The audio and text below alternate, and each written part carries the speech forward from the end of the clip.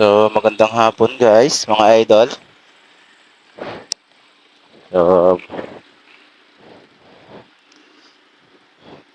So, punta tayo ngayon sa Christmas party. So, ito yung unang araw ng bakasyon. So, Merry Christmas to all.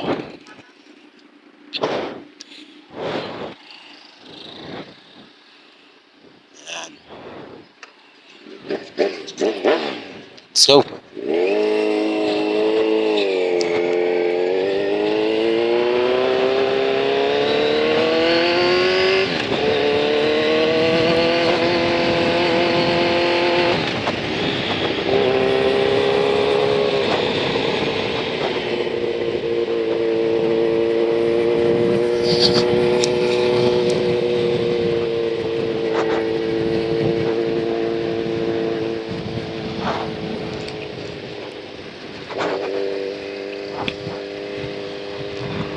Magandang hapon mga idol. Punta tayo ng Christmas party. So, ito po yung kauna-unahan kung maatin na Christmas party. Ngayon taon. Kasi galing tayong bakasyon. Nagbakasyon tayo na isang buwan. Pag sinuswerte ka nga naman, oh. Pero yan mo yan, minsan lang tayo mapagbigyan ng isang buwan na bakasyon. Sa hindi sinasadya. So, pupunta tayo ngayon ng Kanang Kabuyaw, kina Manuel Saresa. So, doon po gaganapin yung aming munting Christmas party.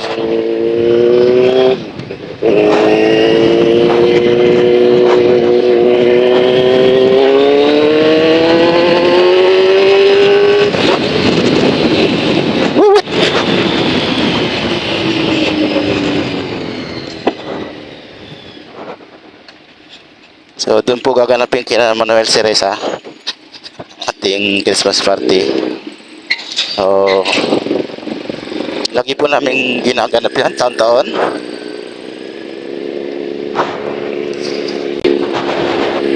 Yung section lang namin. Pag walang boss, kami lang guys. No more boss. Kasi iba kasi pag may boss medyo pigil yung kalokohan sa buhay. Hindi naman kalokohan. Dibaga yung ating kilos hindi normal pagka may mga boss. So, kahit nasa labas tayo, minsan nadadala natin yung natin sa labas. Kahit sila mga pantay-pantay lang nasa labas. Pero siyempre, boss pa rin. So, okay, go. So, saglit lang naman natin bihihin. Siguro mga 10 minutes, nandun na tayo.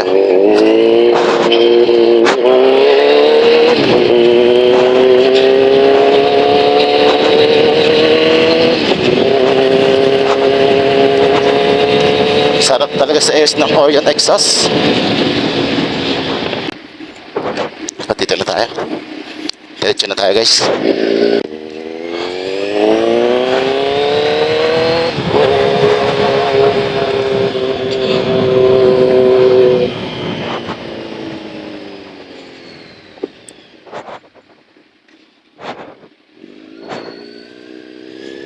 Dito tayo sa shortcut.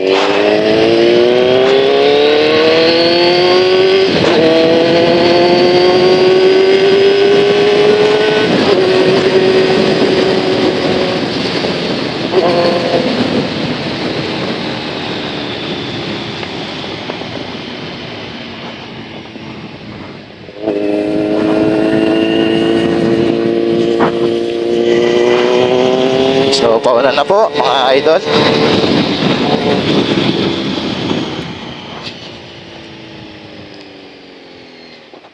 Ay, kakaliwa si Kuya.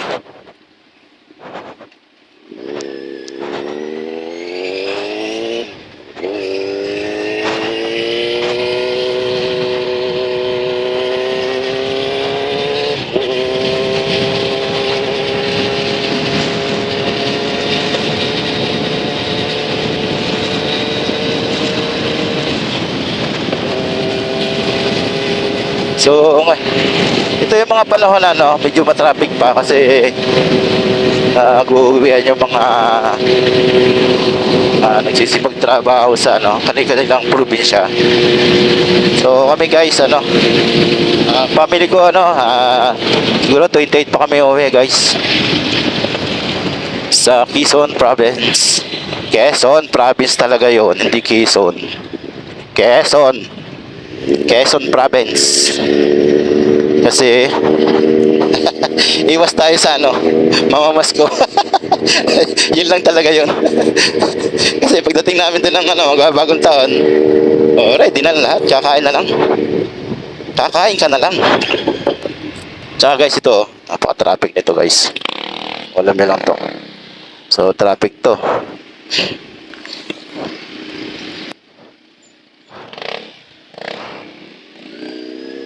Pasingit po. Panayin natin si kuya, baka magtampo. Medyo traffic diba? So 22 pa lang po ngayon guys, pero matraffic na.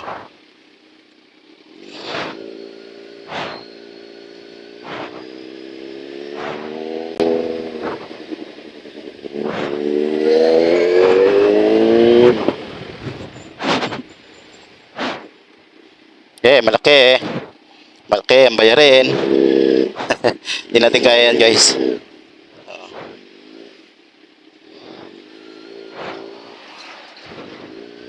So ayan, medyo kasya na tayo.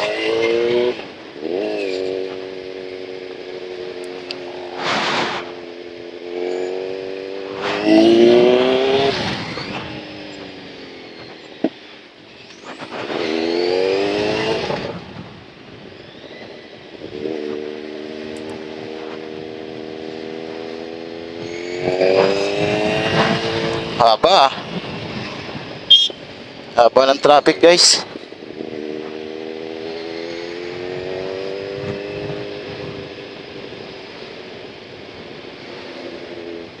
Malaki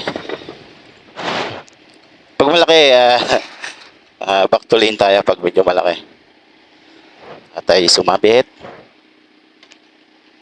Sayang ang tato at ay sumabit.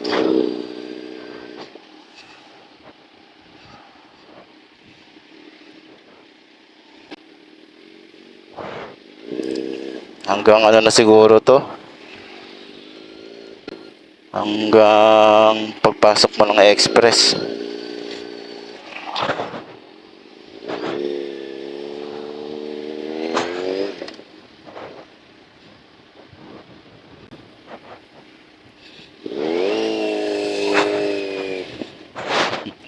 Kamote. Hirap talagang umovertake sa kanan mas delikado talaga pag sa kanan overtake. Yun. Paisa-isa lang. So pagkalampas naman siguro itong Petron at Bakto, medyo maluwag-luwag na yan.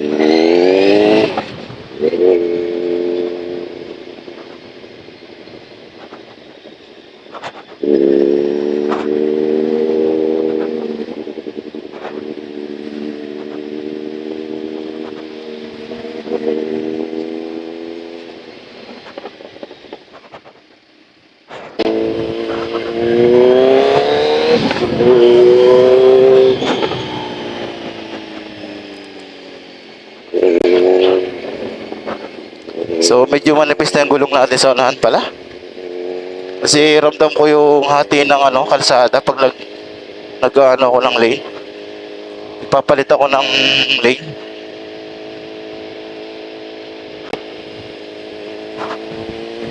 Gastos. So sa mga hindi nakakalam guys so yung presyo po ng gulong natin, so nagkakahalaga po ng yung pang-una po natin is 8,000. Tapos yung panghulihan po natin is 12,000. So maabot po siya ng 20k isang set. So, ganun po ka gastos ng may big bike. Big bike pa more. Minsan nakapanghinayang din guys kasi malaking halaga din yung gulong lang, di ba? Magastos ka na agad ng 20k gulong pa lang. So, maintenance pa. So, pag tayo nag-change oil guys, so aabot siguro mga 4k change oil. Change oil lang yun guys.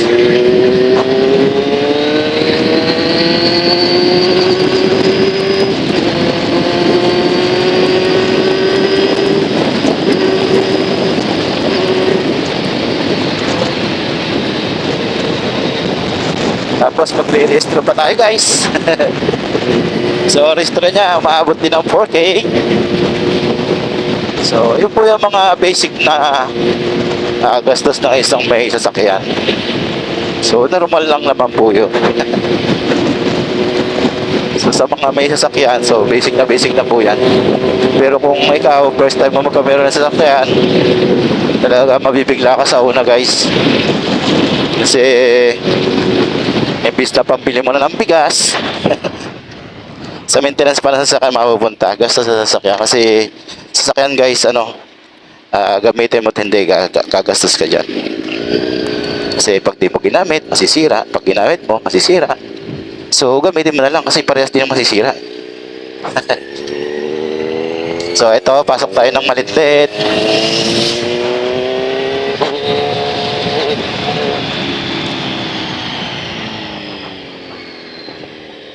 Dito, medyo ano tayo dito. Dahan-dahan lang kasi ito yung lugar na mabahay. Baka tayo mabato. Kasi ang ingay ng ating muffler.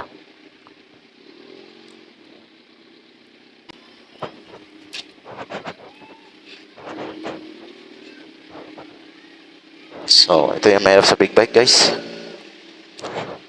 Yung matatraffic ka. Tapos hindi ka makasingit. Yun ang mahirap sa big bike, diba? Pero ay mo 200, almost 200 kilos or more pa. 220 yata ito 220 kilos yung ating Z1000. So tayo lang 65 kilos, almost 3 times ng ating bigat yung motor. Kaya isang mali mo lang talaga dito, halimbawa na-outbalance ka or inaakay mo, nako, hindi mo talaga kakayanin. Pag humilig na, hindi mo talaga kayang bawiin. Diretso daw. Ay kuya, hindi ko maintindihan yung kumpas mo. Kumakabay ka pero orange yung iyong kamay. Di ba dapat green? So, andito tayo sa sa Malitlit. So, actually, ito po yung shortcut papunta ng Balibago Complex, Kabuyaw, Santa Rosa. So, ito po ay yung pinakamalapit na route. Hindi gaya sa Balibago. Parang galing ka lang halimbawa ng Technopark. Aabutin ka siguro mga 1 oras siguro.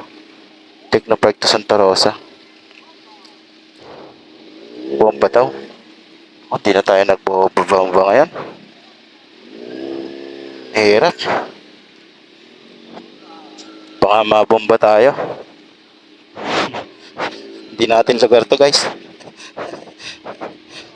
Siguro kung kilala tayo, pwede. Depende rin kasi yung yung bomba-bomba na yan. May natutuwa. So, minsan may nayayamot. So, pag mahilig sa motor, natutuwa. Mahilig sa big bike, natutuwa. Pag inggit, siyang suya. Ganun lang yan guys. Pag inggit, pikit. Walang jumo eh.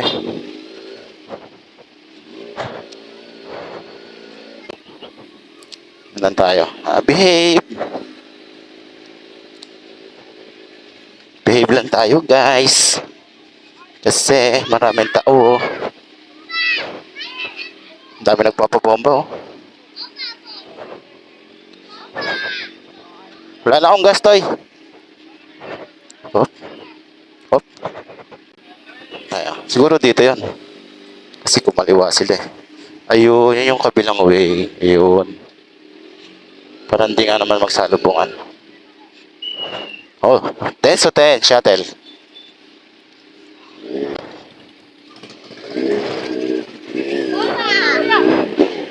Kunti lang.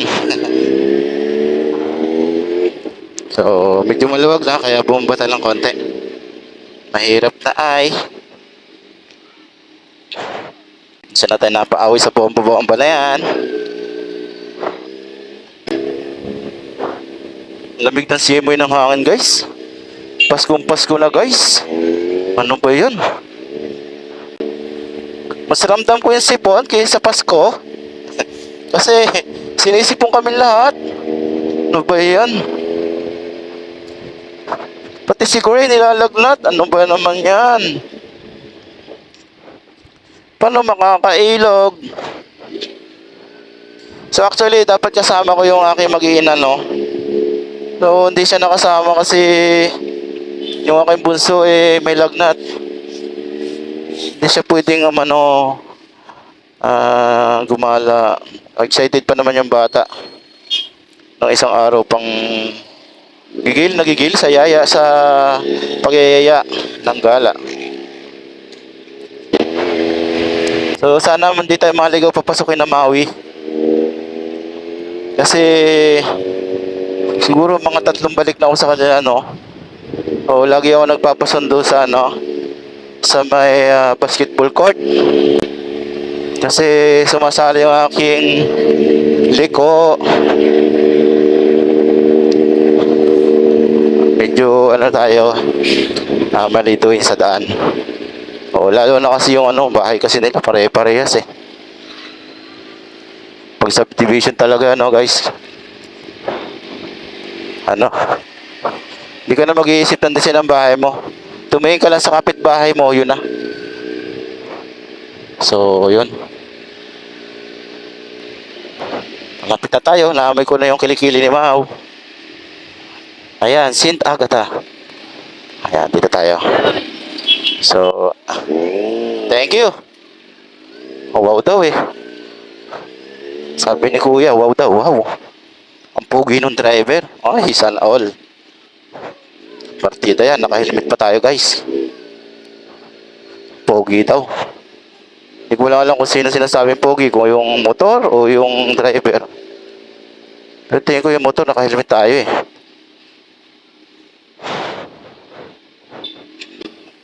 Kailangan pa kaya ng lisensya dito? Ay, hindi naman siguro. Dito lang. Mag-iiwan pa ba? Kailangan pa? Diyan lang ako sa kabilang kanto. Sige. Hindi naman. Ano lang, safety purposes. Ang laki. Wala akong lalagyan. Wala akong lalagyan. Paano ko dadalhin to?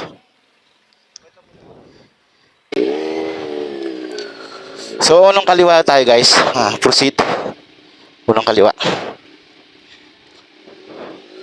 So, siguro ito. Unang kaliwa. May ambulansya. So, pwede naman siguro sa pangalawang kaliwa, no? Ganun din naman to eh.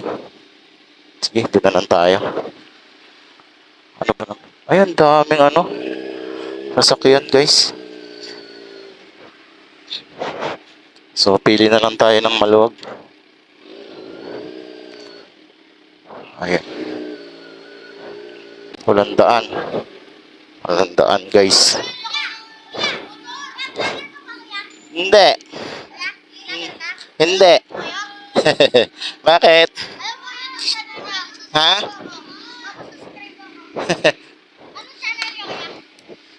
Ha?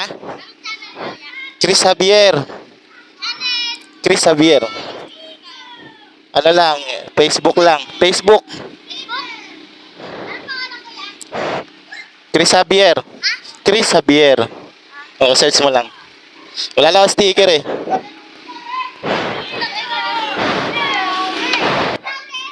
Manood ka. Manood ka. Shout out. Ang mga bata talaga to. Yeah. Balik tayo guys. Wala palang daan doon. Vlogger ka kuya. Vlogger. So nasaan na ang bahay ni Kuya Mau? Ayun na nga. May pula, may dilaw na XRM.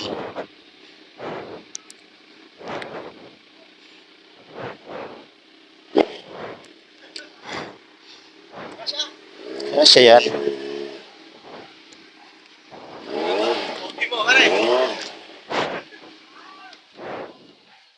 Okay.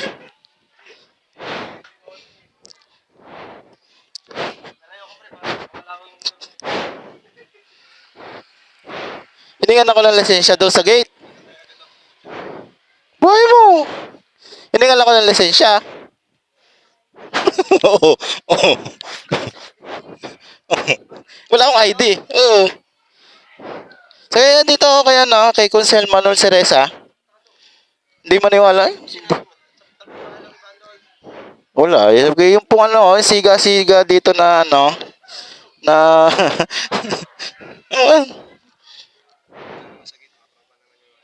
Buhay mo. Oo, okay, diretso mo.